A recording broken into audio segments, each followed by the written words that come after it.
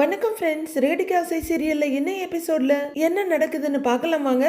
Rohini Manoj divorce கேஸ்ல first ஹியரிங்க்கு எல்லாரும் வந்திருக்காங்க. மனோஜோட லாயர் ரோஹிணியோட தில்லுமுல் எல்லாத்தையும் சொல்றாங்க. அம்மா, நீ கல்யாணியா ரோஹிணியா அப்படின்னு ஜட்ஜ் கேட்க அந்த பாலைய சிக்ஸர் அடிக்கிறாங்க ரோஹிணி. சரி, பேரை விடு.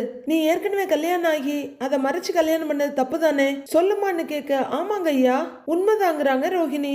மனோஜோட லாயர் பெருமிதமா ஒரு புன்னகை போக்க அப்ப நீயே ஒத்துக்கிற அப்படின்னு ஜட்ஜ் சொல்ல ரோஹிணி நைஸா மனோஜை பாக்குறாங்க. என்ன இந்த பார்லரமா பொசுக்குன்னு ஒத்துக்குச்சு அப்படின்னு முத்துவும் மீனாவும் பார்க்க விஜயாவும் புரியாம பாக்குறாங்க. ஆமாங்க ஐயா, எனக்கு ஆல்ரெடி மேரேஜ் ஆனது, குழந்தை இருக்குது, எல்லாமே உண்மைதாங்க ஐயா. மேரேஜ் ஆன 6 மாசத்துல என் ஹஸ்பண்ட் ஆக்சிடென்ட்ல இறந்துட்டாரு. ஒரு குழந்தைய வச்சுக்கிட்டு லைஃப்ல என்ன பண்றதுன்னு தெரியாம இருந்தேன். கொஞ்ச வருஷத்துக்கு அப்புறம் நான் மனோஜை மீட் பண்ணேன், பழகணும், எங்களுக்குள்ள லவ் வந்துச்சு.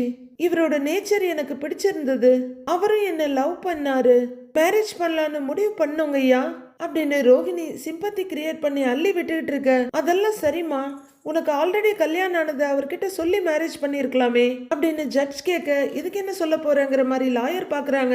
ரோஹிணி மனோஜை பாத்துடுறாங்க. திருப்ப ஒரு முடிவு எடுத்தவங்களா சொல்லியிருக்கேன் ஐயாங்கிறாங்க. மனோஜ் மட்டும் இல்ல, அவங்க லாயரா அதிர்ந்து போய் பாக்குறாங்க. தெளிவா சொல்லுமா அப்படின்னு ஜட்ஜ் சொல்ல, ஐயா அவர்கிட்ட நான் ஆல்ரெடி எனக்கு மேரேஜ் ஆகி இருக்கு, எனக்கு குழந்தை இருக்குன்னு சொல்லிட்டேங்க ஐயா அப்படின்னு ரோஹிணி துணிச்சலா அடிச்சு விட மனோஜ் முறைச்சுக்கிட்டு இருக்காரு. எப்படி என்கிட்ட இருந்து டிவோர்ஸ் வாங்கிடுவேன்னு நான் பாக்குறேன் அப்படின்ற மாதிரி ரோஹிணியும் ரொம்ப தெம்பா தெளிவா மனோஜை பாத்துட்டு இருக்காங்க. விஜயா பயங்கர அதிர்ச்சியோட முத்துவை பார்க்க முத்து மீனாவை பாக்குறாரு. மீனாவும் முத்துவ அர்த்தத்தோட பாக்குறாங்க. ஜட்ஜே அதிர்ச்சியாயி சொல்லிட்டியான்னு கேட்க ஆமாங்க ஐயா, மேரேஜுக்கு முன்னாடி என்னை பத்தி எல்லாமே அவருக்கு தெரியும் அப்படின்னு ரோஹிணி அடிச்சு சொல்ல ஐயா இவ பொய் சொல்றாங்க ஐயா, இவ ஏமாத்துறா, என் பையனுக்கு எதுவும் தெரியாது, இவ ஃப்ராடு, பித்தலாட்டக்காரி அப்படின்னு விஜயா கத்த. சைலன்ஸ் அப்படிங்கிறாரு ஜட்ஜ். விஜயா இப்படிலாம் சத்தம் போடக்கூடாது, உட்காருங்க அப்படின்னு மனோஜோட லாயர் சொல்றாரு. ஐயோ அவ பொய் சொல்றாங்க மேடம் அப்படின்னு விஜயா சொல்ல ப்ளீஸ் உட்காருங்கிறாங்க லாயர். பயங்கர டென்ஷனா பல்ல கடிச்சிட்டு உட்காருறாங்க விஜயா. என்ன மீனா இது புது ட்விஸ்டா இருக்கு, அப்ப இவனுக்கு ஏற்கனவே தெரியும் போல இருக்குங்கிறாரு முத்து. எனக்கும் ஒன்னும் புரியலைங்க அப்படின்னு மீனா சொல்லிட்டு இருக்காங்க. யுவர் ஆனர், ரோஹிணி இப்பவும் பொய் தான் சொல்றாங்க, அந்த விஷயம் என் கிளையண்ட்டுக்கு தெரியாது அப்படின்னு லாயர் சொல்ல என்னப்பா உனக்கு தெரியுங்கிறாங்க, தெரியாதுங்கிறாங்க, தெரியுமா இல்லையா அப்படின்னு ஜட்ஜ் மனோஜ கேட்க இல்லங்க ஐயா என் பையனுக்கு எதுவும் தெரியாதுங்க ஐயா அப்படின்னு விஜயா எழுந்து நின்னு கத்த. என்னம்மா இது உங்க வீடா, கொஞ்ச நேரம் அமைதியா இருக்க மாட்டீங்க, கிருஷ்ணா கண்டெம்ட் ஆஃப் த கோர்ட்னு வெளியே அனுப்பிச்சிருவேங்கிறாரு ஜட்ஜ். ஓகே யுவர் ஆனர் அப்படிங்கிற லாயர் திரும்பி விஜயா கிட்ட உட்காருங்க உட்காருங்க விஜயா அப்படின்னு பல்ல கடிச்சிட்டு சொல்றாங்க. கல்யாணி அப்ப உனக்கு ஏற்கனவே கல்யாணம் ஆனதை சொல்லிட்டேங்கிறியா அப்படின்னு ஜட்ஜ் கேட்க ஆமாங்க ஐயா அப்படின்னு சொல்ற ரோஹிணிய பார்க்க உண்மையிலேயே அவங்க அம்மா மாதிரியே தான் இருக்கு, அப்படியே அவர் உன்னைய கல்யாணம் பண்ண ஒத்துக்கிட்டாருன்னு சொல்றியா அப்படின்னு ஜட்ஜ் கேட்க ஆமாங்க ஐயா, அப்பவே ஃபேமிலி கிட்ட இதை சொல்லிடலான்னு நான் சொன்னேங்க ஐயா, ஆனா மனோஜ் தான் எங்க அம்மா மேரேஜுக்கு ஒத்துக்க மாட்டாங்க, அதனால நாம இதை யார்கிட்டையும் சொல்ல வேண்டாம், டைம் வரும்போது சொல்லிக்கலான்னு என்னையும் தடுத்துட்டாருங்க ஐயா அப்படின்னு ரோஹிணி சொல்ல மனோஜ் டென்ஷன் ஆயிடுறாரு. அடி பாவி இப்படி பொய் சொல்ற ஐயா, இவ பொய் சொல்றாங்க ஐயா, எனக்கு எதுவும் தெரியாது, நான் அப்படிலாம் எதுவும் சொல்லவே இல்லை. ஏய் என்ன நீ இப்படி பொய் சொல்லிட்டு இருக்க அப்படின்னு மனோஜ் கோவமா ரோஹிணி கிட்ட அடிக்க போறாரு. உடனே கிருஷ்ணாராம் தடுத்துடுறாங்க.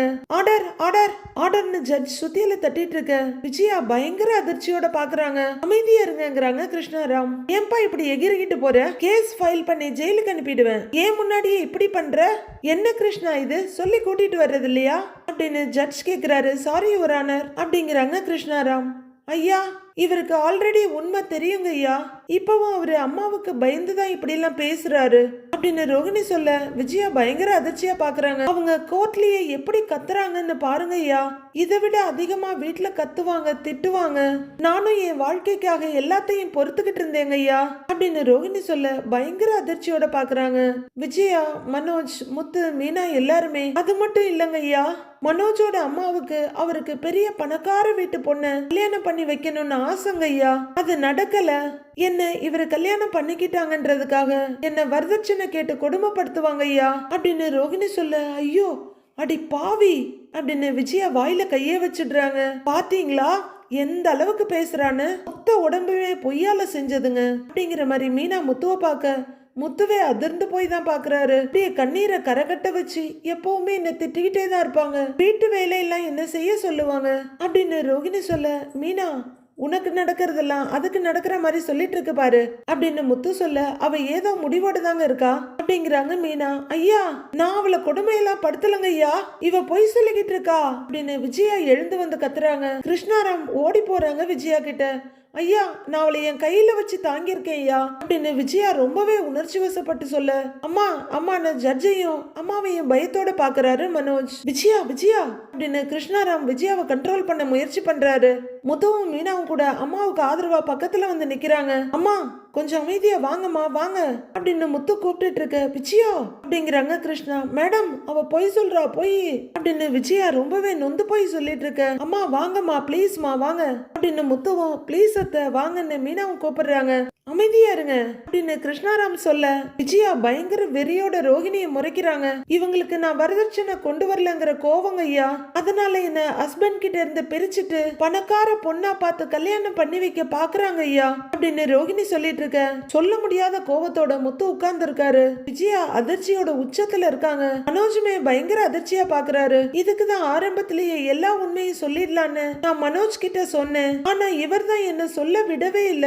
என்ன மலேசியால பணக்கார பொண்ணுன்னு சொல்ல சொன்னதே இவர் தாங்க ஐயா அப்படின்னு ரோகிணி அப்படியே திருப்பிட, ஐயா சத்தியமா நான் சொல்லலங்க ஐயா, நான் நான் நான் அப்பெல்லாம் சொல்லவே இல்லைங்க ஐயா. ஏய் பொய் நான் எப்போ அப்படின்னு மனோஜ் பதறாரு. சாரி மனோஜ், உன்னை மாட்டி விடுறதுக்காக நான் இந்த உண்மையெல்லாம் சொல்லல, இதுக்கு மேல என்னால இந்த உண்மையை மறைக்கவே முடியாது அப்படின்னு ரோகிணி சொல்ல பயங்கர அதிர்ச்சியோட பாக்குறாரு மனோஜ். இந்த உண்மை தெரிஞ்சதுனால என் மாமியார் என்ன விரட்ட பாக்குறாங்க, ஆனா எனக்கு என் ஹஸ்பண்ட் கூட வாழணுங்க ஐயா, பிளீஸுங்க ஐயா எனக்கு டைவர்ஸ் கொடுத்துடாதீங்க ப்ளீஸ் அப்படின்னு ரோகிணி பயங்கரமா அழுதுகிட்டு கெஞ்சுறாங்க. கிருஷ்ணா 50 அடிக்க முடியாது போலயே, அந்த பொண்ணு சொல்றது பார்த்தா உங்க கிளையண்ட்டுக்கு எல்லாமே தெரியும் போல இருக்கே அப்படிங்கிறாரு ஜட்ஜ். கிருஷ்ணாராமே கலங்கிட்டுறாங்க.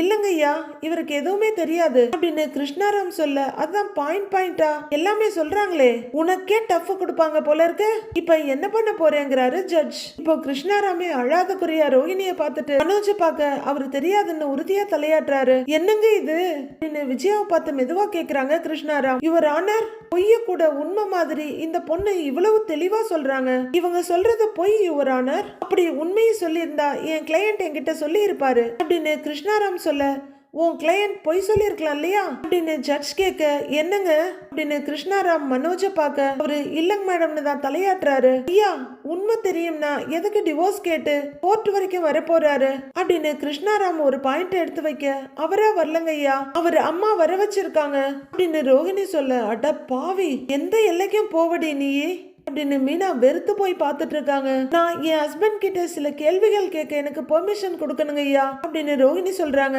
அப்ஜெக்ஷன் யுவர் ஆனர், நீங்க அலோவ் பண்ண கூடாதுங்கிறாங்க கிருஷ்ணாராம். இரு கிருஷ்ணா என்ன கேக்குறாங்கன்னு பார்க்கலாம், உண்மை தெரியணும்ல, அப்ஜெக்ஷன் ஓவர் ரூல், நீ கேளுமா அப்படின்னு ஜட்ஜ் இப்ப ரோகிணிக்கு சாதகமாயிடுறாரு. கிருஷ்ணாராம் நொந்து நூடுல்ஸ் ஆகி மனோஜை பாக்குறாங்க. நீ போப்பான்னு சொல்ல அவரு கோவமா போய் கூண்டுல ஏறி நிக்கிறாரு. மனோஜ் பக்கத்துல போற ரோகிணி, மனோஜ் உங்ககிட்ட நான் கல்யாணின்னு சொல்லியிருக்கேனா இல்லையா அப்படின்னு கேட்க அவர் எங்கேயோ பார்த்துக்கிட்டு நிக்கிறாரு. சொல்லுங்க, நான் தான் கல்யாணின்னு உங்ககிட்ட சொல்லியிருக்கேனா இல்லையா அப்படின்னு ரோகிணி கேட்க, ஆமா சொல்லியிருக்க அப்படின்னு மனோஜ் அந்த பேய மனசுல வச்சுட்டு சொல்றாரு. விஜயா பயங்கர அதிர்ச்சியோட பாக்குறாங்க.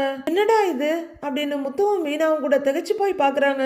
என்ன கிருஷ்ணா அவுட்டா அப்படின்னு ஜட்ஜ் கேட்க, பாவம் கிருஷ்ணாராம் திருதிருன்னு முழிக்கிறாங்க. விட்டா அழுதுருவாங்க போல இருக்கு. அப்ப கல்யாணின்னு சொல்லியிருக்காங்க இல்லையா அப்படின்னு ஜட்ஜ் கேட்க, ஆமாங்க ஐயா, ஆனா அப்படின்னு மனோஜ் ஏதோ சொல்ல வர்றாரு. அதுக்குள்ள ரோகிணி, அவரே ஒத்துக்கிட்டாரு பாருங்க ஐயா அப்படின்னு ரோகிணி சொல்ல, இல்லங்க ஐயா இவன் மேல பேய் வந்து ஆவி அப்படின்னு மனோஜ் சொல்ல, என்னப்பா நீ பொண்டாட்டிய பேயின்லாம் சொல்ற, அப்படிலாம் சொல்லக்கூடாதுங்கிறாரு ஜட்ஜ். இல்லங்க ஐயா இவன் மேல கல்யாணி பேய் ஆவி உடம்புக்குள்ள போய் உளறி சி அப்படின்னு மனோஜ் சொல்லிட்டு இருக்க. கிருஷ்ணாராம் வெறுப்போட மனோஜை பாக்குறாங்க.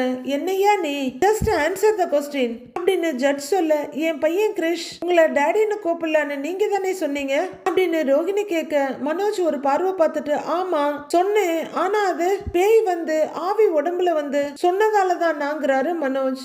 என்ன மனோஜ் என்னென்னமோ உளறிக்கிட்டு இருக்கீங்க ஒரே பதில், நான் கல்யாணின்னு உங்ககிட்ட சொல்லியிருக்கேனா இல்லையா, கிரிஷ் ஏன் பையன்னு உங்ககிட்ட சொல்லியிருக்கேனா இல்லையா அப்படின்னு கல்யாணி அழுத்தம் திருத்தமா கேட்க விஜயா கொலை நடுங்கி போய் பாக்குறாங்க. பயங்கர அதிர்ச்சியோட முத்துவும் மீனாவும் பாக்குறாங்க. அது நீ அப்படின்னு மனோஜ் சொல்லிட்டு இருக்க, சொல்லியிருக்கேனா இல்லையா அப்படின்னு ரோஹிணி அழுத்தி கேட்க, ஆமா சொல்லியிருக்க, ஆனா அப்படின்னு மனோஜ் திணறிக்கிட்டு இருக்க. மற்றவங்களாம் அதிர்ச்சியில உறைஞ்சு போய் நிக்க, பாத்தீங்களா ஐயா, நான் அவர்கிட்ட ஆல்ரெடி உண்மையை சொல்லியிருக்கேன், மனோஜுக்கு எல்லா உண்மையுமே தெரியும் அப்படிங்கிற ரோஹிணி ஒரு தென்னாவட்டு சிரிப்போட பழைய இடத்துக்கு வந்து நிக்கிறாங்க. ஜட்ஜி எதையும் எழுதிக்கிட்டு இருக்க, என்னை ஒன்னும் பண்ண முடியாது என்ற மாதிரி திமிரோட விஜயாவை பாக்குறாங்க ரோஹிணி. ஏய் விஜயா விரல நீட்டிக்கிட்டே மயங்கி சரிஞ்சுட, அம்மா மாமா அத்தை அப்படின்னு விஜயாவை தாங்கி பிடிக்கிறாங்க ரெண்டு பேரும். அம்மா அப்படின்னு மனோஜும் கீழே இறங்கி ஓடுறாரு. கிருஷ்ணா அப்படின்னு ஜட்ஜ் கூப்பிட அவங்க திரும்புறாங்க. இப்ப முடியற மாதிரி தெரியல, நிறைய கேசஸ்லாம் இருக்கு, 26ஆம் தேதி ஹியரிங் வச்சுக்கலாம், கோர்ட் இஸ் அர்ஜென்ட் அப்படிங்கிறாரு ஜட்ஜ். நான் வந்த காரியம் சிறப்பா முடிஞ்சிருச்சுன்னு திமிரும் தெனாவட்டுமா திரும்புறாங்க ரோஹிணி. வீட்டுக்கு வந்த விஜயா பயங்கர கோவத்தோட அடுப்புல நீளமான கத்திய காய வைக்கிறாங்க. மனோஜ் சேர்ல உட்கார்ந்துருக்க, டேய் மனோஜ் உன்ன அப்படின்னு அந்த சூடு வச்ச கத்தியோடயே மனோஜுக்கு சூடு வைக்க வர்றாங்க விஜயா. அம்மா அம்மா அம்மா அப்படின்னு அவரு பயந்து ஓடுறாரு. டேய் நில்லுடா நில்லுடாங்கிறேன்ல டேய் அப்படின்னு அவங்க துரத்திட்டு இருக்க. ரவி, ஸ்ருதி, இந்த பக்கம் அண்ணாமலை, முத்து, மீனான்னு அம்மா அம்மான்னு எல்லாரும் வந்து நிக்கிறாங்க. அப்பா அப்பா அப்படின்னு அண்ணாமலை பின்னாடி போய் மனோஜ் ஒழிஞ்சுக்க, விஜயா இரு இரு சொல்றத கேளு, விஜயா நில்லு அப்படின்னு அண்ணாமலை தடுத்துட்டு இருக்க. மனோஜ் அவர் பின்னாடியே சுத்தி சுத்தி வர்றாரு. விஜயாவை விடாம துரத்திட்டு இருக்காங்க. ஏன் என்னன்னு சொல்லு, என்ன விஷயம் சொல்லு அப்படின்னு கேட்டுட்டு இருக்காரு அண்ணாமலை. உண்மையை சொல்லு சொல்லு, கோர்ட்ல அவ நம்மள அசிங்கப்படுத்தி இருக்கா, அவளுக்கு ஏற்கனவே கல்யாணம் ஆனது, அவ பையன்தான் கிருஷ்ணங்கிறது உனக்கு தெரியுமா, சொல்லு அப்படின்னு நீல கம்பிய காட்டி மிரட்டிட்டு இருக்காங்க விஜயா. அம்மா அம்மா அம்மா அப்படின்னு மனோஜ் பயந்து நடுங்கிட்டு இருக்க. விஜயா நில்லு அப்படின்னு அண்ணாமலை சொல்லிட்டு இருக்க. அவர் பின்னாடியே நின்னுகிட்டு, சத்தியமா எனக்கு தெரியாதுமாங்கிறாரு மனோஜ். முத்துவும் ரவியும் ஒருத்தர் பாத்துக்கிறாங்க. அப்பாப்பா சொல்லுங்கப்பா, முத்து என்னடா பாத்துட்டு இருக்கிற, சொல்லுடா.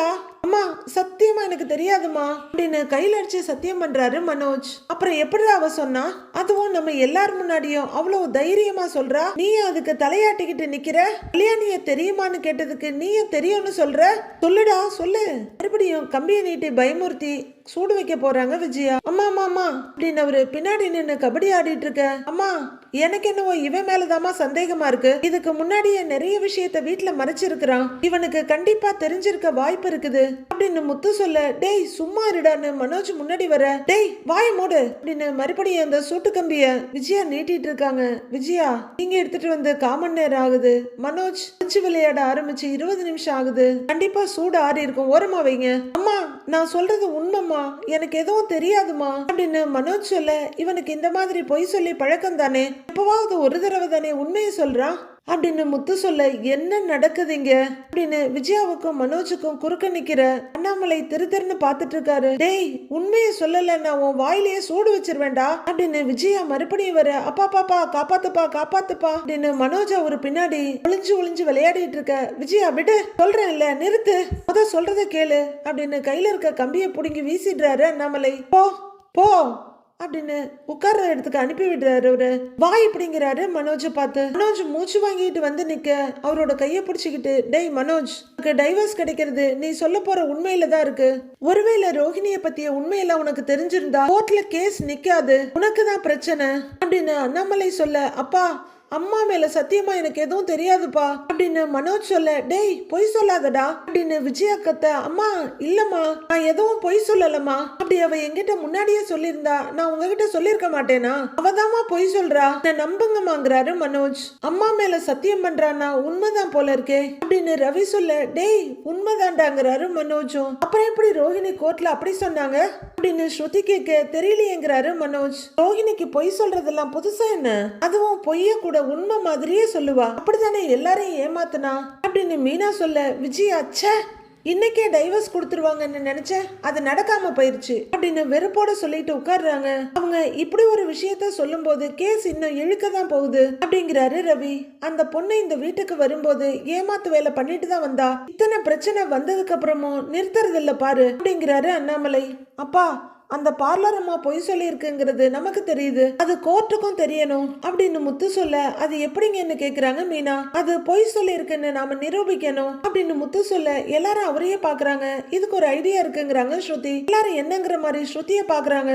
என்ன ஐடியான்னு ரவி கேட்க, மனோஜ் நீங்க ரோஹிணிக்கு போன் பண்ணுங்க அப்படின்னு ஸ்ருதி சொல்ல, ஸ்ருதி என்ன சொல்லிட்டு இருக்கமா, இவன் அவளை பார்க்க கூடாதுன்னு சொல்லிக்கிட்டு இருக்கேன், நீ போன் பண்ணி பேசுன்னு சொல்ற அப்படின்னு விஜயா கேட்க, நான் என்ன ஆன்ட்டி அவரை ரொமான்ஸ் பண்றதுக்கா கால் பண்ண சொன்னேன், உன்னை கேப்சர் பண்றதுக்கு தான் அப்படின்னு ஸ்ருதி சொல்ல, விஜயாவுக்கு புரியல. மீனாவும் புரியலையே ஸ்ருதின்னு சொல்ல, மனோஜ் நீங்க கால் பண்ணி எதுக்கு பொய் சொன்னேன்னு கேளுங்க, அவங்க அதுக்கு உடனே ஒரு காரணம் சொல்வாங்க, அந்த காரணத்தை உங்க போன்ல ரெக்கார்ட் பண்ணி இந்த கோர்ட்ல ப்ரூஃபா காட்டிடலாம் அப்படின்னு ஸ்ருதி சொல்ல, எல்லாரும் யோசனையா பாக்குறாங்க.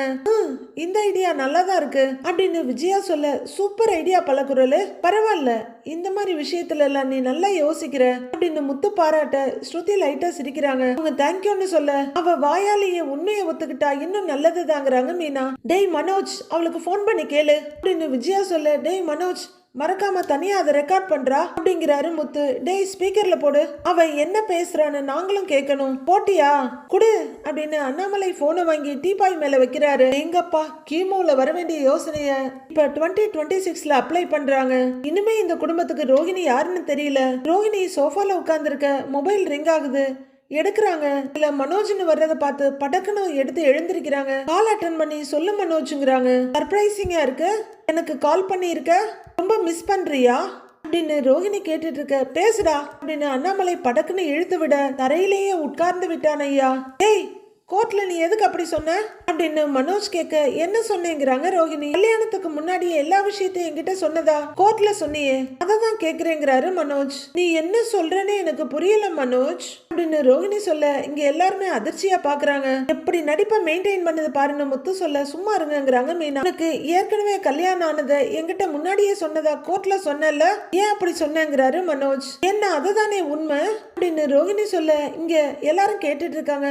ஐயோ இல்ல இல்ல அப்படின்னு பதறாரு மனோஜ். எதுடி உண்மைன்னு அவரு கேட்க, எனக்கு ஏற்கனவே மேரேஜ் ஆன விஷயம் உனக்கும் உங்க வீட்டுல இருக்கவங்களுக்கும் ஏற்கனவே எல்லாருக்கும் தெரியும் தானே அப்படின்னு ரோஹிணி கேட்க, எல்லாரும் அப்படியே அசந்து போறாங்க. ஏய் என்னடி சொல்ற, இந்த விஷயம் எப்படி எங்க எல்லாருக்கும் தெரியும் அப்படின்னு மனோஜ் கேட்க, மனோஜ் அதனால தானே உங்க வீட்டுல இருக்க எல்லாரும் சேர்ந்து என்ன டைவர்ஸ் பண்ண சொல்றாங்க அப்படின்னு ரோஹிணி கேக்குறாங்க. ஆமா நீ பண்ணதுக்கு உன்னை டிவோர்ஸ் தான் பண்ண சொல்லுவாங்க அப்படின்னு மனோஜ் கேட்க, அப்ப நான் சொல்றது உண்மைதானே, இது எல்லாத்துக்குமே காரணம் அந்த முத்துவும் மீனாவும் தான், அவங்க தான் நம்ம லைஃபையே கெடுக்கிறாங்க அப்படின்னு ரோஹிணி சொல்ல, முத்து ஏதோ சொல்றதுக்காக போன் கிட்ட போக அப்படின்னு முத்துவை இழுத்து பிடிச்சிக்கிறாங்க மீனா. இத பாருடி நான் தெளிவா மறுபடியும் கேக்குறேன், ஒழுங்கா பதில் சொல்லு அப்படின்னு மனோஜ் சொல்ல, நீ கேட்டா நான் சொல்லாம இருப்பேனா மனோஜ், என்ன வேணா கேளு, உனக்கு ரைட்ஸ் இருக்கு, ஏன்னா நீ ஹஸ்பண்ட் அப்படின்னு ரோஹிணி சொல்ல, அந்த கதையெல்லாம் வேண்டாம், உனக்கு ஏற்கனவே கல்யாணம் ஆகி ஒரு குழந்தை இருக்குங்கிறத நீ ஏற்கனவே என்கிட்ட சொல்லவே இல்லை, ஆனா கோர்ட்ல வந்து என்கிட்ட சொல்லிட்டேன்னு பொய் சொன்ன அப்படின்னு மனோஜ் சொல்ல, மனோஜ் உன்னை எங்கிட்ட இருந்து பிரிக்கிறதுக்கு உன் குடும்பமே சேர்ந்து பிரெயின் வாஷ் பண்ணிட்டு இருக்காங்க போல, அது எல்லாத்துக்குமே காரணம் உங்க அம்மா தான், அவங்களாலதான் இந்த பிரச்சனை எல்லாமே அப்படின்னு ரோஹிணி சம்பந்தம் இல்லாம பேசிட்டு இருக்க. ஜியா பயங்கர டென்ஷன் ஆகுறாங்க. அமைதியா இரு அப்படிங்கிற மாதிரி அண்ணாமலை பார்க்க டென்ஷன் ஆகுற மனோஜ், ஏய் கேட்டதுக்கு மட்டும் பதில் சொல்லிடி, நீ என்கிட்ட முன்னாடியே சொன்னதா எதுக்கு போய் சொன்ன அப்படின்னு மனோஜ் கேக்குறாரு. எதை சொல்லிட்டேன்னு அப்படின்னு வடிவேலு பாணியில சுத்த விடுறாங்க ரோஹிணி. மனோஜ் டென்ஷன் ஆகி, ஐயோ திரும்ப ஃபர்ஸ்ட்ல இருந்து வராத, உனக்கு கல்யாணம் ஆனது என்கிட்ட மறைச்சியா இல்லையா அப்படிங்கிறாரு மனோஜ். மனோஜ் இப்ப எனக்கு ஆல்ரெடி கல்யாணம் ஆனது உனக்கு தெரியுமா தெரியாதா அப்படின்னு ரோஹிணி கேட்க, தெரியுங்கிறாரு மனோஜ்.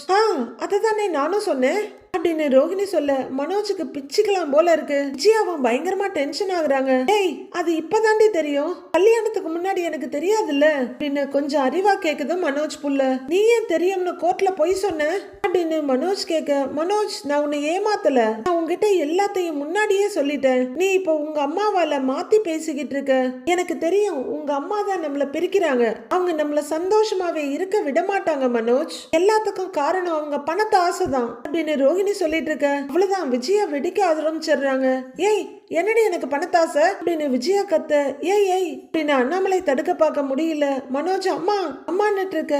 ஏய் ஒண்ணும் இல்லாத பிச்சைக்கார குடும்பத்துல இருந்து வந்தவளுக்கு பேச்ச பாரு பேச்ச அப்படின்னு விஜயா கத்திக்கிட்டு இருக்க. ஸ்ருதி முடிஞ்ச வரல தடுக்க பாக்குறாங்க. ஆன்ட்டி ஆன்ட்டி அமைதியா இருங்க அப்படின்னு ஸ்ருதி சொல்ல. ஏய் நீ சுமாரு எவ்வளவு திமிரா பேசுறா பாத்தியா?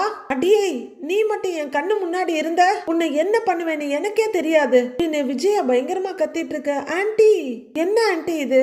ஹஸ்பண்ட் அண்ட் ஒய்ஃப் பேசும்போது மட்டும் கேட்டுட்டு இருக்கீங்க? இதெல்லாம் நல்லாவா இருக்கு? வெரி பேட் ஹேபிட் ஆன்ட்டி அப்படின்னு ரோஹிணி தென்னாவட்டா பேசிட்டு இருக்காங்க.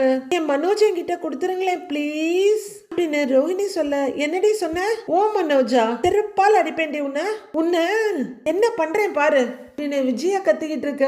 செம்மையா டென்ஷன் ஏறி கத்துங்க. எனக்கு ஜாலி ஜாலி அப்படிங்கிற மாதிரி பாக்குறாங்க கல்யாணி.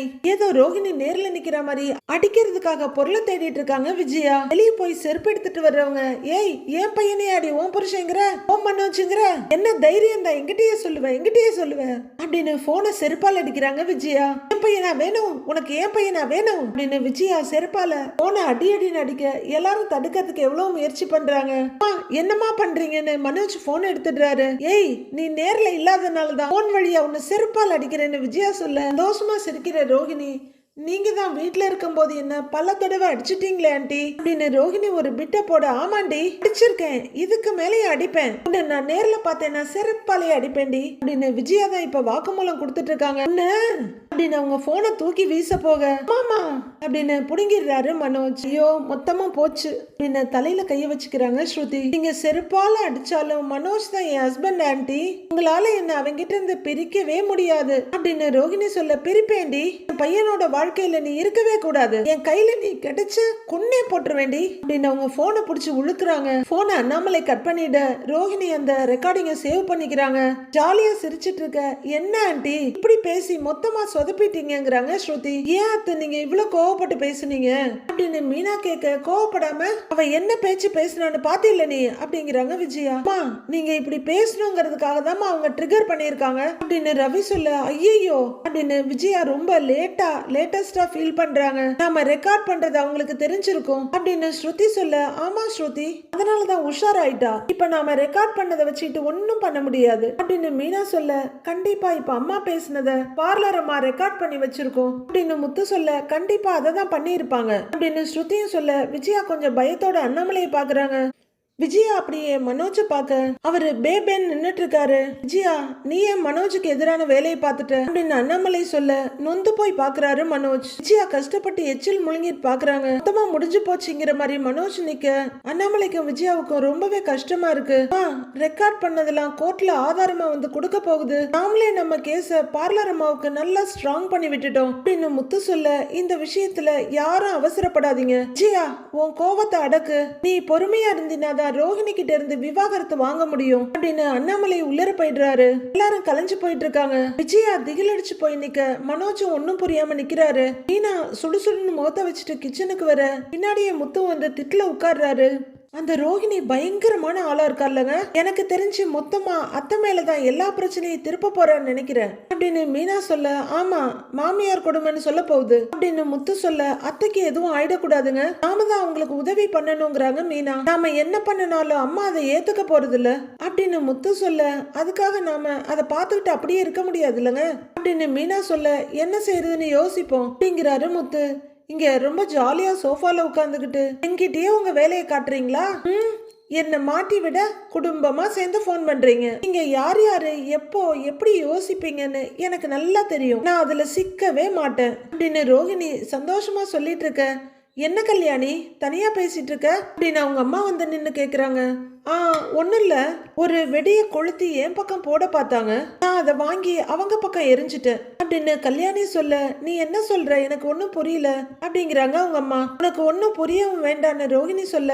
சரி நான் சொல்ல வந்ததை சொல்லிடுறேன், இப்ப நான் சமையல் பண்ணணும் அப்படின்னு அவங்க அம்மா சொல்ல. பண்ணு, அதையும் என்கிட்ட கேட்டுதான் பண்ணுவியாங்கிறாங்க ரோஹிணி. சமைக்கிறதுக்கு வீட்டுல ஏதாவது இருக்கணும்ல, அரிசி பருப்பு காய்கறின்னு எதுவுமே இல்ல, மளிகை சாமான் ஒண்ணுமே இல்ல, அப்படின்னு அவங்க அம்மா சொல்ல, அப்பா கடைக்கு போய் வாங்கிட்டு வர வேண்டியது தானே அப்படின்னு அசால்ட்டா சொல்றாங்க ரோஹிணி. கடையில நமக்குன்னு சும்மா கொடுப்பாங்களா? பணம் கேட்க மாட்டாங்களா? என் கையில சுத்தமா பணம் இல்ல கல்யாணி அப்படின்னு அவங்க அம்மா சொல்ல, கொடுத்திருந்தனேம்மா அப்படிங்கிறாங்க ரோஹிணி. ஏண்டி அது எவ்வளவு நாளைக்கு தான் வரும்? எல்லாம் தீர்ந்து போச்சுங்கிறாங்க அவங்க அம்மா. ரோஹிணி பயங்கர டென்ஷன் ஆகி எழுந்து நின்னு, ஏதாவது ஒரு பிரச்சனைய என்கிட்ட கொண்டு வந்துகிட்டே இருப்பியா நீ அப்படின்னு கத்திட்டு எழுந்து போக, ஏண்டி நான் என்ன ஏன் செலவுக்கா கேக்குறேன்? வீட்டுல நான் சமைக்க வேண்டாமா? கிறிஷுக்கு சாப்பாடு கொடுக்க வேண்டாமா? எல்லாரும் பட்னியா இருக்கலாமா அப்படின்னு அவங்க அம்மாவும் பதிலுக்கு கத்துறாங்க. உடனே ஆரம்பிச்சிடாத, என் கையிலயுமே காசு இல்ல, நான் பார்லர் வேலைக்கு போய் ரொம்ப நாளாச்சு, சேலரியும் வராது, சரி வளையல் இருக்கு அப்படின்னு உள்ளர போக திரும்பின ரோஹிணி டக்குன்னு திரும்பி வந்து மொபைல் எடுத்து சிந்தாமணிக்கு கால் பண்றாங்க. சிந்தாமணியை எடுத்து பார்த்துட்டு, சொல்லு ரோஹிணிங்கிறாங்க. எப்படி இருக்க? வீடெல்லாம் வசதியா இருக்கா அப்படின்னு சிந்தாமணி கேட்க, வீடெல்லாம் நல்ல வசதியா தான் இருக்கு, ஆனா கையில தான் இப்ப சுத்தமா பணம் இல்ல, கொஞ்சம் பணம் தேவைப்படுதுன்னு ரோஹிணி சொல்ல, சிந்தாமணியோட முகம் அப்படியே கருத்து போயிடுது. இவளை வச்சு நம்ம அந்த வீட்டை சுருட்டலான்னு பார்த்தா இவன் நம்ம கிட்ட இருந்த எல்லாத்தையும் கறந்துருவா போல இருக்கே அப்படின்னு தனக்கு தானே யோசிக்கிறாங்க.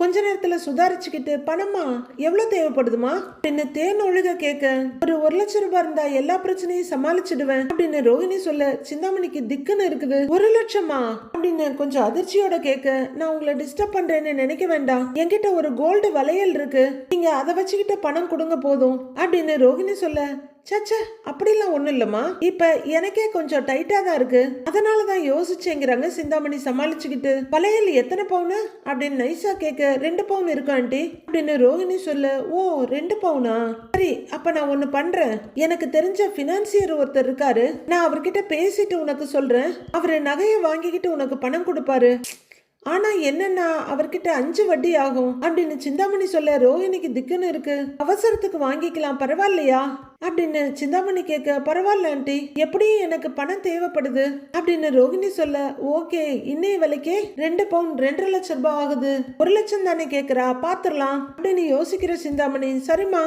அப்ப நான் அவர்கிட்ட பேசிட்டு கால் பண்றேன், நீ வலையில கொடுத்துட்டு பணத்தை வாங்கிக்கங்கிறாங்க சிந்தாமணி. என்கிட்ட இருந்தா நானே கொடுத்துருவேன் ரோஹிணி அப்படின்னு சிந்தாமணி சொல்ல, உங்களை பத்தி தெரியாத ஆண்டி, நீங்க ஆல்ரெடி எனக்கு நிறைய ஹெல்ப் பண்ணிருக்கீங்க அப்படின்னு ரோஹிணி சொல்ல, சிந்தாமணி ஒரு சிரிப்போட, சரி நான் ஒரு ஆளை அனுப்புறேங்கிறாங்க, ரொம்ப தேங்க்ஸ் ஆண்டிங்கிறாங்க ரோஹிணி. சரிம்மா பரவாயில்ல அப்படின்னு சக்கரையா பேசிட்டு காலை கட் பண்றாங்க சிந்தாமணி. சிந்தாமணி பேசிட்டு ரூமை விட்டு வெளியே வர 4 அல்லக்கைங்க அங்க ரெடியா நிக்குது. சிந்தாமணி கையில பணத்தை எடுத்துக்கிட்டு, இங்க வான்னு கூப்பிட, அக்கா சொல்லுக்கா அப்படின்னு ஒருத்தன் ஓடி வந்து நிக்கிறான். இதுல 95,000 ரூபாய் இருக்கு, இத பொடின்னு கொடுக்க, அதை வாங்கிக்கிறவன், அக்கா உன் மனசு யாருக்குமே வராதுக்கா, கை நிறைய காசு தரியாக்கா அப்படின்னு அந்த ஆள் சொல்லிட்டு இருக்க, அப்படியே போட்டேன்னு வச்சுக்க, உனக்கா கொடுத்தேன், இதை எடுத்துக்கிட்டு போய் ரோஹிணி கிட்ட கொடு, அவ வளையல் கொடுப்பா, அதை வாங்கிக்க அப்படின்னு சிந்தாமணி சொல்ல, ரோஹிணி கிட்ட நீயே கொடுத்துடலாமேக்காங்கிறாரு அந்த ஆளு.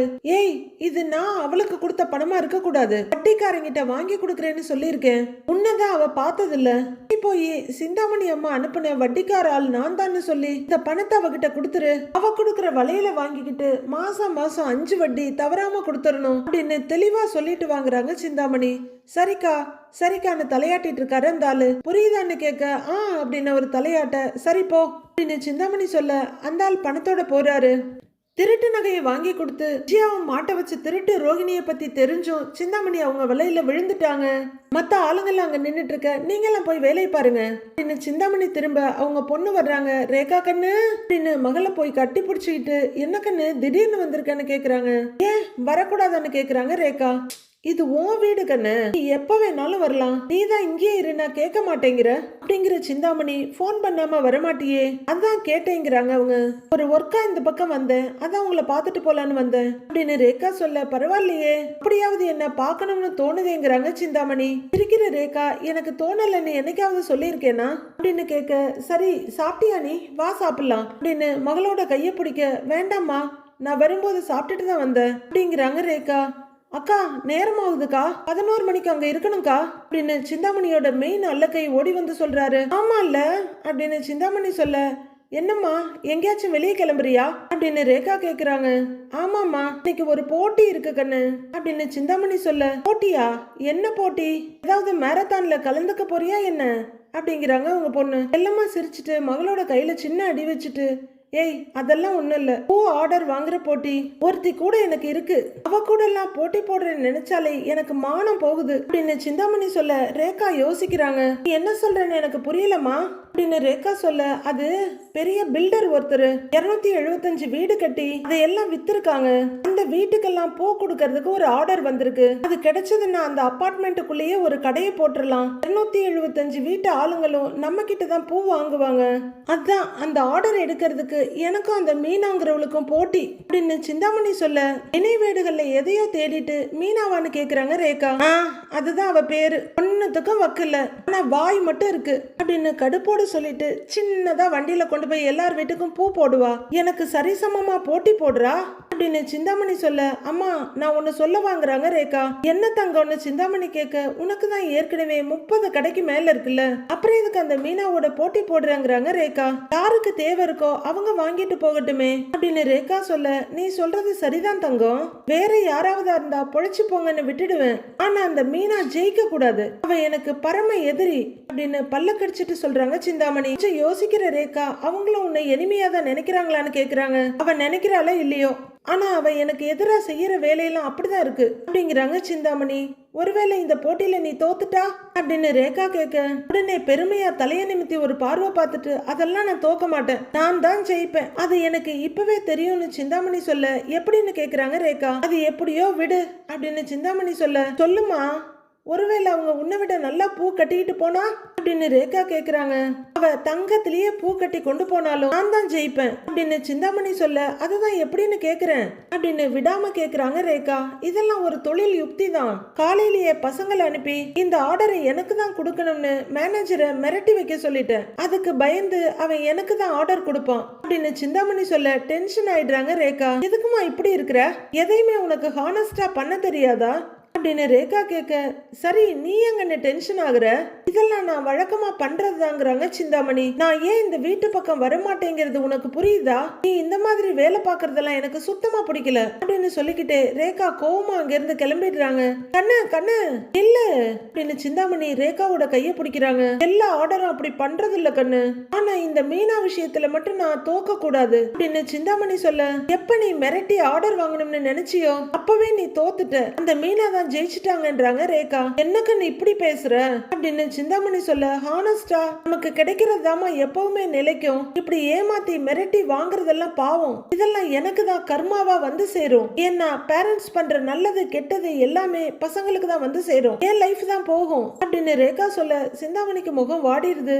என்ன கண்ணு நீ இப்படி பெரிய பெரிய வார்த்தையெல்லாம் பேசுற, உனக்கு எந்த குறையும் வராது, நீ நல்லா இருப்பமா அப்படின்னு சிந்தாமணி சொல்ல, நீ இப்படியே பண்ணிக்கிட்டு இருந்தனா என் ஆயுசு பாதியிலேயேங்கிறாங்க ரேகா. அவங்க சொல்லி முடிக்கிறதுக்குள்ளேயே, ரேகா இப்படியெல்லாம் அபசகுணமா பேசக்கூடாது அப்படின்னு சிந்தாமணி சொல்ல, நீ இப்படியெல்லாம் பண்றது எனக்கு சுத்தமா பிடிக்கலமா அப்படிங்கிறாங்க ரேகா.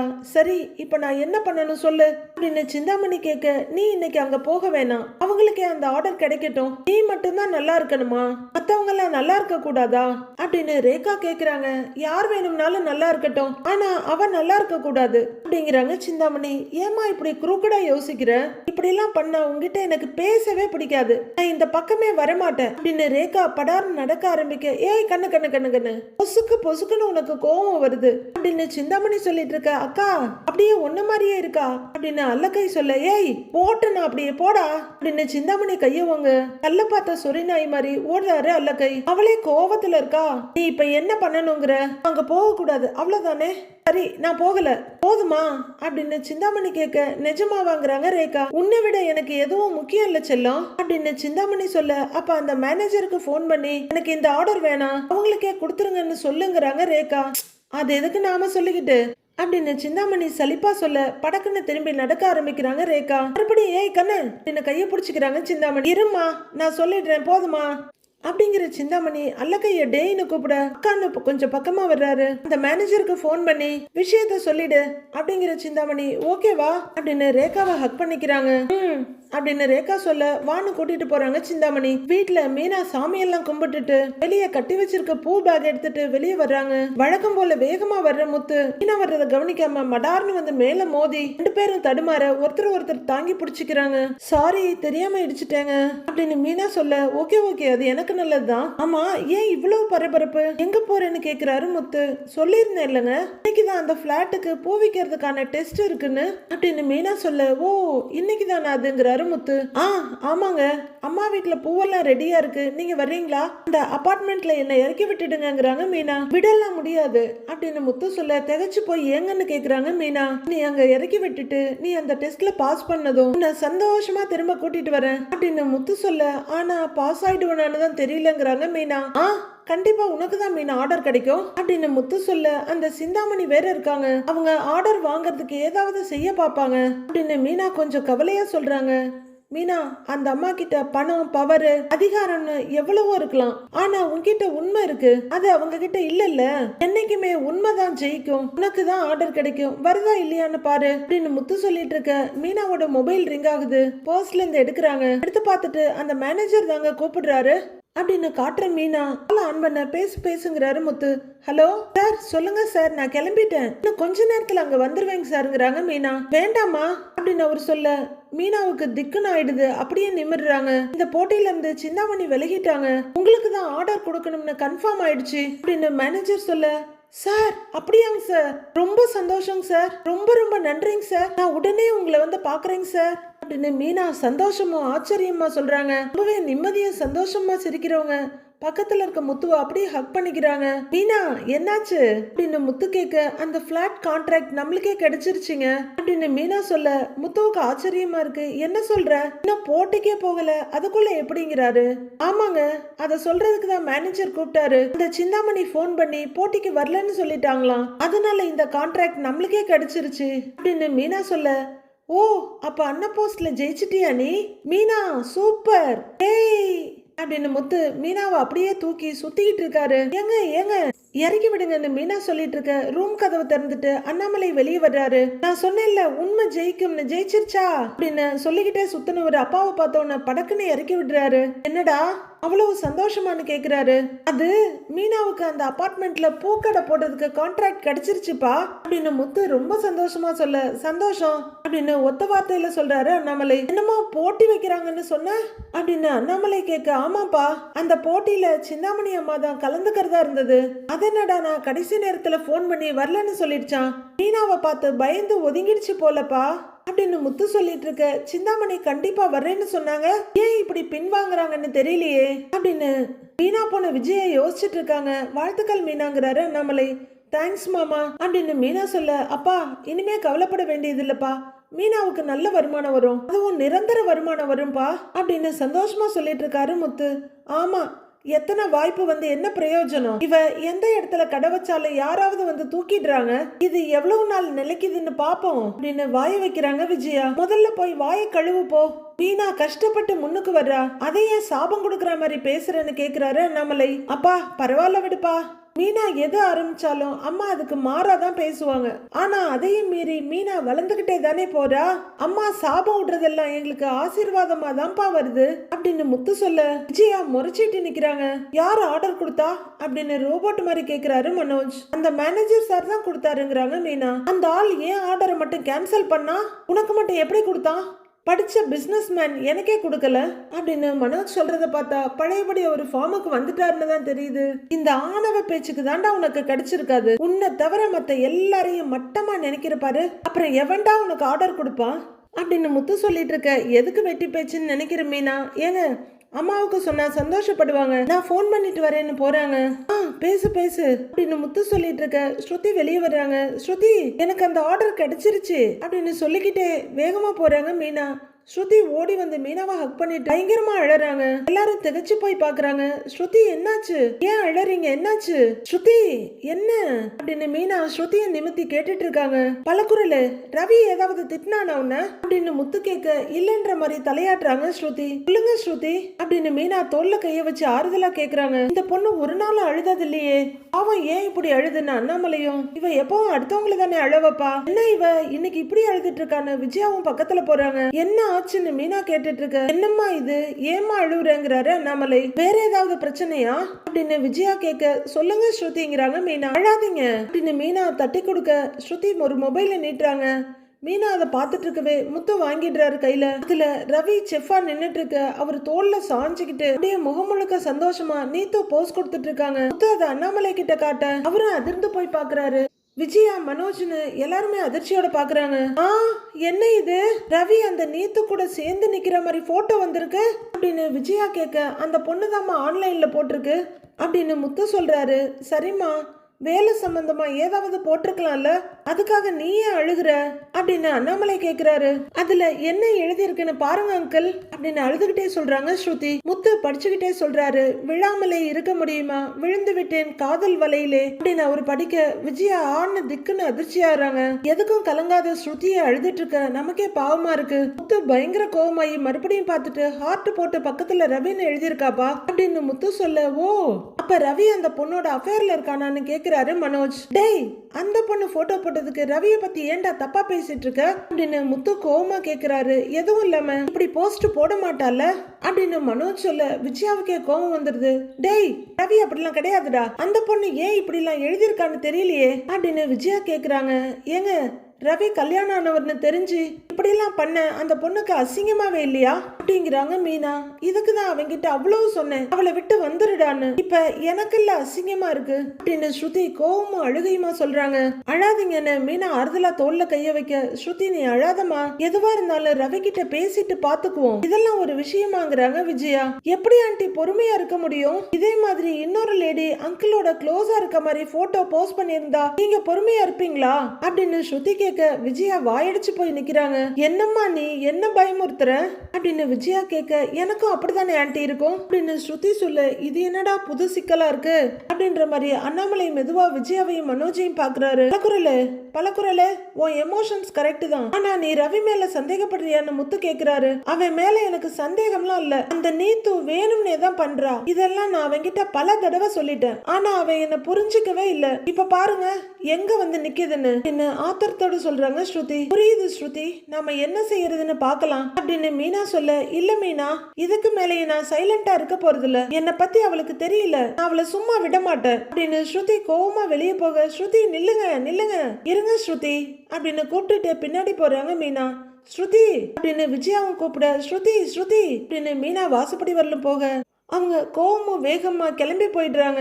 என்னங்க அவங்க இப்படி சொல்லிட்டு போறாங்க அப்படின்னு மீனா கேட்க, இதுக்குதான் ஸ்ருதி ஹோட்டல் ஆரம்பிக்கும் போதே ரவி அவ கூட போயிருந்தா இந்த அளவுக்கு பிரச்சனையே வந்திருக்காது, எங்க அவன் கேட்டான் அப்படின்னு சலிச்சுக்கிறாங்க விஜயா. அம்மா, அவன் சொந்த கால்ல நிக்கணும்னு நினைக்கிறான், மாமனார் காசு வேண்டாம்னு நினைச்சான், அதுல ஒண்ணு தப்பு இல்லையேங்கிறாரு முத்து. டேய், இப்படி கண்டதையும் சொல்லி அவன் மனச குழப்பறதே நீங்க தான். உன் பொண்டாட்டியும் ஸ்ருதிக்கு தூபம் போடுவா, இவதான் ரவிக்கும் ஸ்ருதிக்கும் தப்பா ஐடியா கொடுத்திருப்பா, இவளாலதான் இப்படி ஆயிடுச்சு அப்படின்னு எங்க சுத்தினாலும் கடைசியில மீனா கிட்ட வந்து நின்னுடுறாங்க விஜயா. மீனா அதிர்ச்சியோட விஜயாவை பார்த்துட்டு இருக்க, எது நடந்தாலும் மீனாவை தான் குறை சொல்லுவியா, கொஞ்சம் மாத்திக்கங்கிறாரு அண்ணாமலை. விஜயா. இவர் சொல்லிட்டாரு, உடனே நான் மாத்திக்கிறேன் அப்படின்ற மாதிரி பாக்குறாங்க அவங்க. ஸ்ருதி வேற கோவமா போயிருக்கான்னு அண்ணாமலை சொல்ல, மாமா அவங்க நீத்துவை தான் பார்க்க போயிருக்காங்கன்னு நினைக்கிறேன் அப்படின்னு மீனா சொல்ல, அங்க போய் சண்டை கிண்டை ஏதாவது போட்டுற போறாமா அப்படின்னு அண்ணாமலை சொல்ல, அப்பா நீ கவலைப்படாதப்பா, நாங்க போய் என்ன ஏதுன்னு பாத்துட்டு வரோம் அப்படின்னு முத்து கிளம்ப, போயிட்டு வரோம் மாமான்னு மீனாவும் கிளம்புறாங்க. சோ மொத்தத்துல இந்த வீட்டுல மனோஜ் வாழ்க்கையும் சரியா இல்ல, இப்ப ரவி வாழ்க்கையிலயும் பிரச்சனை வந்துருச்சு, இதுங்க ரெண்டு மட்டும் எதை பத்தியுமே கவலைப்படாம இருக்குதுங்க அப்படின்னு அதுக்கும் டென்ஷன் ஆகுறாங்க விஜயா. ஏன் இவங்களுக்கு ஏதாவது பிரச்சனை வரணும்னு நினைக்கிறியா, உனக்கு மீனா மட்டும் என்னைக்குமே நல்லா இருக்க கூடாது அப்படின்னு சொல்லிட்டு தலையில அடிச்சுட்டு உள்ளர போயிட்டாரு அண்ணாமலை. இந்த வீட்டுல ஒவ்வொன்னா நடந்துட்டு இருக்கு அப்படின்னு பல்ல கடிக்கிற மனோஜ், சரிம்மா நான் ஷோரூமுக்கு போறேன்னு கிளம்புறாரு. கொஞ்சம் கலங்கி போய் பார்த்துட்டு இருக்காங்க.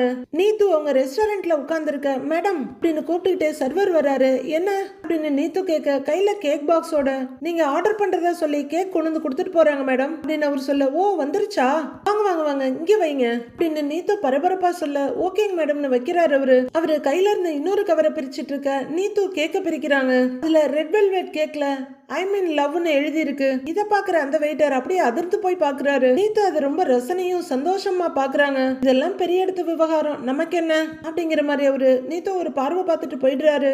மத்த வெயிட்டர்ஸும் அங்க வந்து நின்னு பாத்துட்டு இருக்க அந்த ஹார்ட் ஷேப் ரெட் வெல்வெட் கேக்க கவரை தூக்கி கீழே போட்டுட்டு டேபிள் மேல அழகா வைக்கிறாங்க நீத்து. என்னடா இவங்க என்னென்னமோ பண்ணிட்டு இருக்காங்க அப்படின்னு அந்த வெயிட்டர் சொல்ல, மத்த எல்லாரும் ஒன்னும் புரியலங்கிற மாதிரி பாக்குறாங்க. ரவியோட போட்டோவை போட்டு விழுந்து விட்டேன் காதல் வலையிலேன்னு போஸ்ட் போட்டிருந்தாங்க. இப்ப என்னடானா ஐ எம் இன் லவ்னு கேக் வாங்கி வச்சிருக்காங்க அப்படின்னு வெயிட்டர் மத்தவங்கிட்ட சொல்லிட்டு இருக்க. அவங்களும் குழப்பமா பாத்துட்டு இருக்க. நீத்து அந்த கேக்க பார்த்து சிரிச்சிட்டு இருக்காங்க. அப்பா ரவி வாழ்றான்டா அப்படிங்கிறாரு இன்னொரு வெயிட்டர். டேய் நீ வேற, அவனுக்கு தெரிஞ்சா என்ன ஆக போகுதுங்கிறாரு இன்னொருத்தர். பிரச்சனை தாங்கிறாரு இன்னொரு வெயிட்டர். பிரச்சனையா? மேடத்துக்கு அர்ச்சனை தான் நடக்கும் அப்படின்னு அந்த ரவியோட ஃப்ரண்ட் வெயிட்டர் சொல்றாரு. ஆனா கேக்ல ரவி சார் பேர் இல்லையே அப்படின்னு புத்திசாலித்தனமா கேக்குறாரு ஒரு வெயிட்டர். இல்லனாலும் இன்டைரக்டா அதை தானே சொல்றாங்க அப்படின்னு ரவியோட ஃப்ரெண்ட் வெயிட்டர் சொல்லிட்டு இருக்க. நீத்து அதை பார்த்து சந்தோஷமா சிரிச்சுட்டு நிமிந்து பார்த்து ஃப்ரெண்ட்ஸ்னு கூப்பிடுறாங்க. இன்னைக்கு நான் ரொம்ப ஹாப்பியா இருக்கேன். என் ஹாப்பினஸ் உங்க கூட ஷேர் பண்ணிக்கணும்னு நினைக்கிறேன். எல்லாரையும் கூப்பிடுங்க, எல்லாரும் வாங்க வாங்க வாங்க கமான் அப்படின்னு நீத்து ஒரே பரபரப்பா உட்கார்ந்து இருக்காங்க. 4 பேரும் ஒருத்தர் பார்த்துட்டு பக்கமா வர்றாங்க. 4 பேரும் பக்கத்துல வர பிளாஸ்டிக் நைஃப கையில எடுத்துட்டு எழுந்திருக்கிற நீத்து, ஹேய் இது வீடியோ எடுக்கிறீங்களா அப்படின்னு கேக்க கட் பண்ண போறாங்க. ஓகேங்க மேடம் அப்படின்னு சொல்ல வீடியோ எடுங்க அப்படின்னு நீத்து சொல்ல அவர் மொபைல் எடுக்கிறாரு. அப்போ எங்கேயோ வெளியே போயிட்டு ரெஸ்டாரண்ட்டுக்கு திரும்பி வந்த ரவி வண்டியை நிறுத்திட்டு இருக்க. ஸ்ருதி புயல் மாதிரி உள்ளர போயிட்டு இருக்காங்க. ஏய் ஸ்ருதி அப்படின்னு கூப்பிட்டு இருக்க. ஸ்ருதி எதையும் கவனிக்காம கடகடன்னு உள்ளர வர்றாங்க. வர்ற வேகத்துல போட்டோ எடுத்துட்டு இருக்க வெயிட்டர் வீடியோ எடுத்துட்டு இருக்கவங்க எல்லாத்தையும் ஒதுக்கி விட ஸ்ருதி நில்லு அப்படின்னு கத்திக்கிட்டே ரவி வர்றாரு. நம்ம எதிர்பார்த்த மாதிரியே ஸ்ருதி வந்த வேகத்துல அந்த கேக் எடுத்து நீத்துவோட முகத்துல மொத்தமா வீசிடுறாங்க. நீத்து அப்படியே அதிர்ச்சியாகி பார்க்க ஸ்ருதி இன்னும் வந்த ரவியும் அப்படியே அதிர்ச்சியில நின்னுடுறாரு. ஸ்ருதி பயங்கரமா நீத்துவும் முறைக்க, நீத்துவும் தான் முறைக்கிறாங்க. அவங்க முகத்தை பார்த்தா ஹோலியில மாட்டிக்கிட்ட சூனியக்காரி மாதிரியே இருக்கு. ஸ்ருதி கொலவெறியில பாத்துட்டு இருக்காங்க. நீத்துவுக்கு பயங்கர அசிங்கமா போயிடுது. அடுத்த செகண்ட் தான் அப்படியே மெதுவா எல்லாரையும் பாக்குறாங்க. ஏய் what you hell of you that அப்படின்னு நீத்து கோவமா கேட்க, அப்படியே அடிச்சு உன் மோரையெல்லாம் உடைக்க போறேன் அப்படின்னு பாயிறாங்க ஸ்ருதி. ரவி ஓடி வந்து பிடிச்சிடுறாரு. ஸ்ருதி என்ன பண்ற நீ? பைத்தியம் பிடிச்சிருச்சா உனக்கு அப்படின்னு ரவி கேட்க, ஆமாண்டா நான் பைத்தியம் தான். இவ்வளவு நாள் நான் அமைதியா இருந்தேன் பாத்தியா, நான் பைத்தியம் தான் அப்படின்னு ஸ்ருதி கத்திக்கிட்டு இருக்க. நீத்து முகத்தை துடைக்கிறதுக்கு டிஷ்யூ எடுத்துட்டு இருக்காங்க. இப்ப எதுக்கு கத்துற அப்படின்னு ரவி கேட்க, பேசாதடா எல்லாம் உன்னாலதான், நீ கொடுத்த இடத்தாலதான். இவ என்ன போஸ்ட் பண்ணியிருந்தான்னு நீ பாத்தியா அப்படின்னு ஸ்ருதி கேட்டுட்டு இருக்க. ரவி மெதுவா நீத்து பக்கம் திரும்ப அவங்க கோவத்தோட நெத்தியில இருக்க கேக்கோட ஐசிங் எல்லாம் தொடச்சிட்டு இருக்காங்க டிஷ்யூ வச்சு. உன் போட்டோவை போட்டு தப்பா எழுதுனதும் இல்லாம ஐ எம் இன் லவ்னு கேக் வேற வெட்ட போறா, எவ்வளவு கேவலமா இருக்கா பாரு அப்படின்னு ஸ்ருதி பயங்கர கோவமா கத்துறாங்க. ரவி அதிர்ச்சியோட நீத்துவ பாக்குறாரு. அவங்களும் கோவத்தோட முகத்தை தொடச்சிட்டு இருக்காங்க. நான் கூப்பிட்டப்பவே என் ரெஸ்டாரண்ட்டுக்கு வந்திருந்தேன்னா இந்த பிரச்சனை எல்லாம் வந்திருக்குமா? இந்த அளவுக்கு போயிருப்பாளா அப்படின்னு ஸ்ருதி கத்திட்டு இருக்க. ரவி அதிர்ச்சியோட நீத்துவ பாக்க அவங்க சூனியக்காரி மாதிரியே பாத்துட்டு இருக்காங்க. நீத்து என்ன பண்ணிட்டு இருக்கீங்க? உங்க விளையாட்டுக்கு ஒரு அளவே இல்லையா? ஏன் இப்படி தப்பா போஸ்ட் பண்ணிருக்கீங்க? நான் ஸ்ருதியோட ரெஸ்டாரண்ட்டுக்கு போகாம இருந்ததுதான் ஸ்டார்டிங்ல ப்ராப்ளமா இருந்தது. மத்தபடி அவ நம்ம மேல எந்த சந்தேகமும் படல. ஆனா கொஞ்சம் கொஞ்சமா உங்க ஆக்டிவிட்டிஸ் எல்லாம் மாறிடுச்சு. எதுக்கு இதெல்லாம் பண்ணிட்டு இருக்கீங்க அப்படின்னு அவரோட ஃப்ரெண்டு வெயிட்டர் சொன்ன மாதிரியே ரவி அர்ச்சனை ஆரம்பிச்சிடுறாரு. நீத்து அமைதியா because I am in love with you Ravi அப்படின்னு அவங்க சொல்ல, ஸ்ருதி ரவி சுத்தி இருக்க எல்லாரும் அதிர்ச்சியோட பாக்குறாங்க. இந்த டைரக்டரான ஆன்சரால ஸ்ருதி பயங்கர அதிர்ச்சியோட பாக்குறாங்க. நீத்து என்ன லூசு மாதிரி பேசிட்டு இருக்கீங்க? ஆல்ரெடி மேரேஜ் ஆனவங்கிறாரு Ravi. I don't care, I love you Ravi அப்படிங்கிறாங்க நீத்து. ஏய் அப்படியே கொலை பண்ணிடுவேன் அப்படின்னு ஸ்ருதி கைய நீட்ட. ஸ்ருதி வேண்டாம் வேண்டாம் இது அப்படின்னு கைய பிடிக்க ஒரு முறைச்சுட்டு கைய உதறிக்கிறாங்க ஸ்ருதி. ஏண்டி அடுத்தவ ஹஸ்பண்ட லவ் பண்றேன்னு சொல்ற, அசிங்கமா இல்ல உனக்கு அப்படிங்கிறாங்க ஸ்ருதி. நீத்து எல்லாத்துக்கும் ஒரு அளவு இருக்கு, இங்க ஏதோ ப்ராப்ளம் பண்றதுக்காக இப்படிலாம் அப்படின்னு ரவி சொல்லிட்டு இருக்க. இல்ல Ravi I really love you அப்படின்னு நீத்து சொல்ல, அப்படியே பல்ல உடைச்சிருவேன்னு பாயிறாங்க ஸ்ருதி. ரவி வேகமா ஸ்ருதி இழுத்து பிடிச்சிக்க. ஹோட்டல்ல எல்லாரும் வேடிக்கை பாக்குறாங்க. ரவி நான் உங்களையும் லவ் பண்ண சொல்லி கேட்கல, நான் உங்களை லவ் பண்றேன் அவ்வளவுதான், யாராலையும் இதை தடுக்க முடியாது. ஐ love you I love you I love you அப்படின்னு நீத்து வெறி பிடிச்ச மாதிரி கத்துறாங்க. சொல்லிட்டு அவங்க வேகமா வெளியே போக ஸ்ருதியை தேடிக்கிட்டு முத்துவும் மீனாவும் அங்க வர்றாங்க. ஏங்க நீத்து வர்றாங்க பாருங்க அப்படின்னு மீனா சொல்லிட்டு இருக்க. வேகமா வெளியே வந்து நீத்து ஒரு கார்ல ஏறி உட்கார்றாங்க. ஆமா அது மூச்சில என்ன சிவப்பு சிவப்பா ஏதோ பூசி இருக்கு அப்படின்னு முத்து கேக்குறாரு. பாத்தியா இங்க என்ன நடந்துச்சுன்னு அப்படின்னு ஸ்ருதி பயங்கரமா ரவி கிட்ட கத்திட்டு இருக்காங்க. ஸ்ருதி நான் சொல்றத அப்படின்னு ரவி சொல்லிட்டு இருக்க. போடா அப்படின்னு ஸ்ருதியும் கோவமா வெளியே போறாங்க. ஸ்ருதின்னு கூப்பிட்டுட்டு அவரும் வர்றாரு. ஸ்ருதி வேகமா வெளியே வர. ஸ்ருதி சொன்னா கேளு ஸ்ருதி அப்படின்னு ரவி பின்னாடியே வர. போன ஸ்ருதி திரும்பி நின்னு, ஏய் பேசாதடா எல்லாமே உன்னாலதான், இவ்வளவு தூரம் போக விட்டதே நீதான் அப்படின்னு கத்திக்கிட்டே ஸ்ருதி போக. ஸ்ருதி அப்படின்னு கூப்பிட்டுக்கிட்டே ரவி பின்னாடி போறாரு. பக்கத்துல நிக்கிற முத்து, டேய் ரவி அப்படின்னு அவரை பிடிச்சிக்க. ஸ்ருதி அப்படின்னு மீனாவும் கூப்பிடுறாங்க. ரவி முத்து பக்கம் திரும்பி நிக்க. என்னடா என்ன நடக்குதுடா அந்த ஓனர் அம்மா கோவமா போகுது. நீங்க இங்க நின்னு கத்திட்டு இருக்கீங்க, பலகுரல் வேற வேகமா போகுது, என்ன நடக்குதுங்க அப்படின்னு முத்து கேட்க ரவி திரும்பி பார்க்க ஸ்ருதி ஆட்டோல ஏறி போயிட்டு இருக்காங்க. என்ன நடக்குதுடாங்க அப்படின்னு முத்து கேட்க ரவி உள்ளர நடந்ததெல்லாம் சொல்றாரு. கேட்டு முடிக்கிற மீனா சரியா தான் பண்ணிருக்காங்க ஸ்ருதி, அவளெல்லாம் அப்படிதான் பண்ணணும் அப்படின்னு கோவமா சொல்றாங்க மீனா. ஏய், நீ கல்யாணம் ஆனவன் அந்த பொண்ணுக்கு தெரியும்லடா, அப்புறம் என்னடா லவ் பண்றேன்னு சொல்லுதுன்னு அதிர்ச்சியோட கேக்குறாரு முத்து. எனக்கே ஒண்ணும் புரியலடா அப்படிங்கிறாரு ரவி.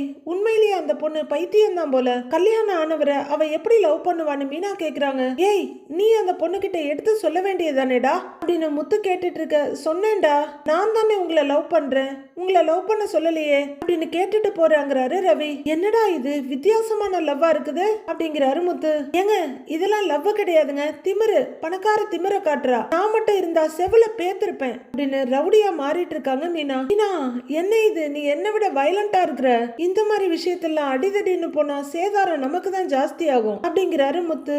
ஏங்க, 2 பேரும் கல்யாணம் ஆகி நிம்மதியா வாழ்ந்துட்டு இருக்காங்க, அந்த பொண்ணு இவங்க வாழ்க்கையை கெடுக்க பாக்குறா, அதான் ஸ்ருதி கோவமா போறாங்க, இப்ப இவங்க வாழ்க்கையில பிரச்சனை வந்துருச்சுல அப்படின்னு மீனா கத்த. எதுவுமே புரியாம என்ன செய்யறதுன்னு தெரியாம கலங்கி போய் நிக்கிறாரு ரவி. அடுத்து என்ன நடக்க போகுதுன்னு மண்டே பார்க்கலாம் friends. Have a happy weekend. Thank you. கொஞ்சம் இல்லை, நிறையவே கோல்டு, வாய்ஸ் கொடூரமாக தான் இருக்கும், தயவு செய்து மன்னிச்சிடுங்க.